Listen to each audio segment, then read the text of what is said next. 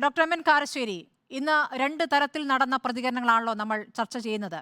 അപ്പുറത്ത് മോദിയും ആ, യോഗിയും ഇവിടെ അൻവർ നടത്തിയിരിക്കുന്ന വിദ്വേഷ പരാമർശത്തെ അല്ലെങ്കിൽ അധിക്ഷേപ പരാമർശത്തെ ശരിവെച്ചുകൊണ്ട് മുഖ്യമന്ത്രി സംസാരിക്കുന്നത് നമ്മൾ കണ്ടു. ഈ രണ്ട് ഇടത്തെയും പ്രതികരണങ്ങൾ എങ്ങനെയാണ് താങ്കൾ വിശകലനം ചെയ്യുന്നത്? സ്മൃതി, നമ്മുടെ രാഷ്ട്രീയം എത്ര കെട്ടുപോയി എന്ന് കാണിക്കുന്നതാണ് ഈ നാല് പേരുടെയും വാക്കുകൾ. ഭാഷ ഇത്ര മോശമായി എന്ന് പറഞ്ഞാൽ നമ്മുടെ രാഷ്ട്രീയ ബോധം അത്ര മലീമസമായി എന്നാണ് അർത്ഥം.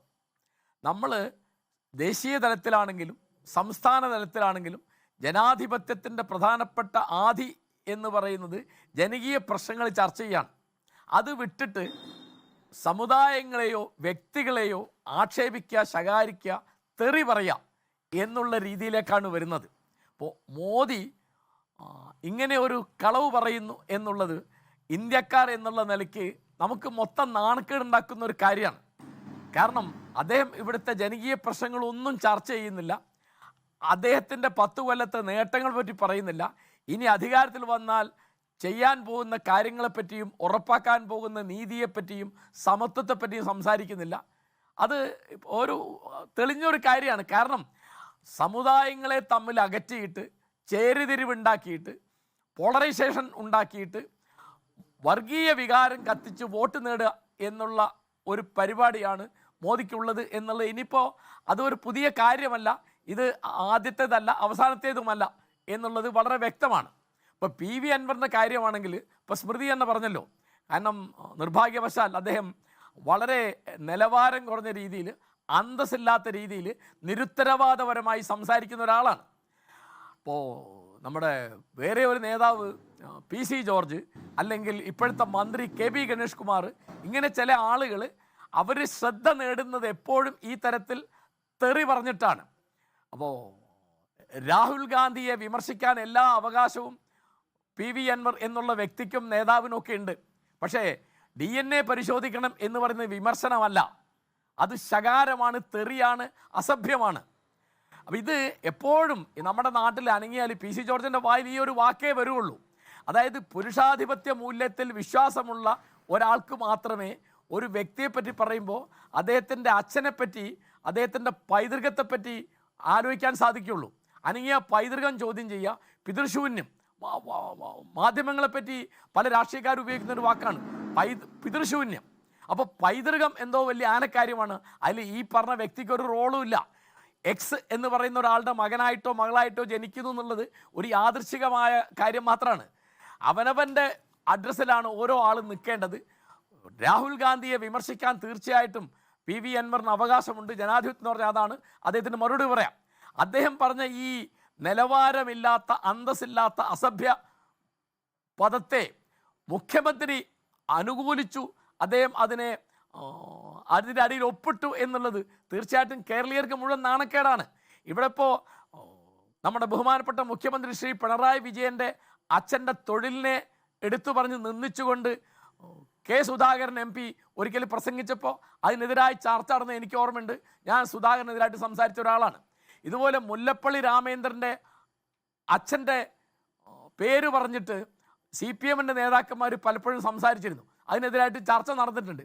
അപ്പോൾ ഇവിടെ ഒരു വ്യക്തിയെ ഇപ്പോൾ മുല്ലപ്പള്ളി രാമേന്ദ്രനെ വിമർശിക്കുക, അതിന് മുല്ലപ്പള്ളി രാമേന്ദ്രൻ്റെ അച്ഛനായിട്ട് എന്താ ബന്ധം?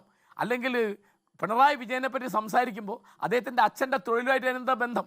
അപ്പോൾ ഇതാണ് നമ്മൾ ചെയ്യുന്നത്. അപ്പോൾ ഒരു രാഷ്ട്രീയ ചർച്ച നടത്താനുള്ള ഭാഷ, അതിനുള്ള അന്തസ്സ്, അതിനുള്ള ഗൗരവം നമുക്കെല്ലാം രാഷ്ട്രീയം എന്താ നമുക്ക് അറിഞ്ഞുകൂടാ. നമ്മൾ പറയുന്നത് എന്താണ്?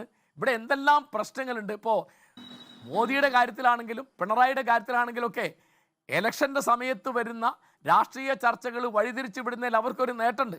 അപ്പോൾ ഭരണരംഗത്തുണ്ടായ പലതരം പാളിച്ചകൾ, വീഴ്ചകൾ, പോരായ്മകൾ കുറച്ചുകൂടി മറച്ചു വെക്കാൻ പറ്റും. ഇതാവും പിന്നെ പ്രശ്നം.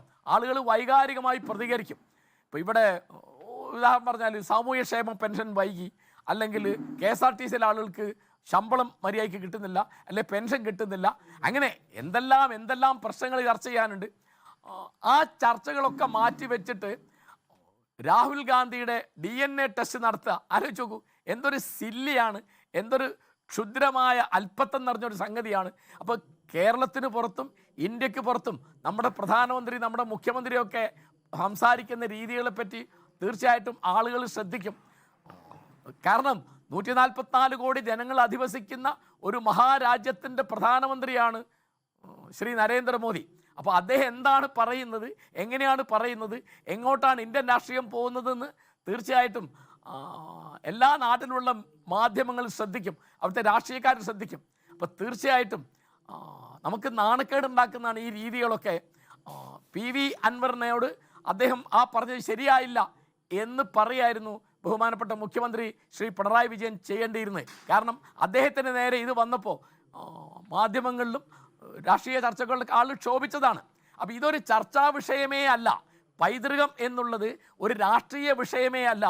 അത് ഇവിടെ കഴിഞ്ഞുപോയ ഫ്യൂഡൽ പാരമ്പര്യത്തിലും മറ്റൊക്കെയുള്ള ആളുകളുടെ പുരുഷാധിപത്യ മൂല്യങ്ങളിൽ വിശ്വസിക്കുന്ന ആളുകളുടെ ഒരു ആധി മാത്രമാണ് ആരാണ് അച്ഛൻ എന്നുള്ളത്. അപ്പോൾ അത് കാരണം അതൊരു വ്യക്തിക്ക് ഉത്തരവാദിത്തമുള്ള കാര്യമല്ല. അദ്ദേഹം അങ്ങനെ വന്ന് ജനിക്കുന്നു എന്ന് മാത്രമേ ഉള്ളൂ. അദ്ദേഹത്തിൻ്റെ പ്രവൃത്തി, അദ്ദേഹത്തിൻ്റെ കാഴ്ചപ്പാട്, അദ്ദേഹത്തിൻ്റെ പ്രസംഗം, അതിനെ വിമർശിക്കുകയും അനുകൂലിക്കുകയും ഒക്കെ ചെയ്യാം. അതിന് പകരം ഈ DNA ടെസ്റ്റ് നടത്തുക തുടങ്ങിയുള്ള നിലവാരം കുറഞ്ഞ വാക്കുകൾ, ഇപ്പോൾ PV അൻവർ എപ്പോഴും ഇപ്പോൾ VD സതീശനെതിരായിട്ട് റെയിലിനെതിരായിട്ട് സമരം ചെയ്യാൻ അദ്ദേഹത്തിന് എത്രയോ കോടി കൈക്കൂലി കിട്ടി എന്ന് സഭയിൽ പറഞ്ഞ ആളാണ്. ഒരു തെളിവുമില്ല. അങ്ങനെ നിരുത്തരവാദപരമായി സംസാരിക്കുന്ന ഒരാളാണ്.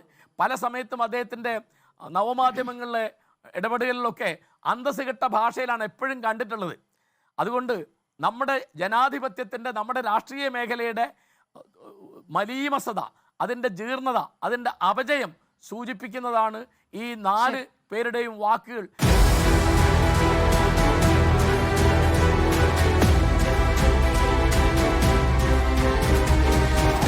ഡിബേറ്റ് വിത്ത് സ്മൃതി പരുത്തിക്കാട്.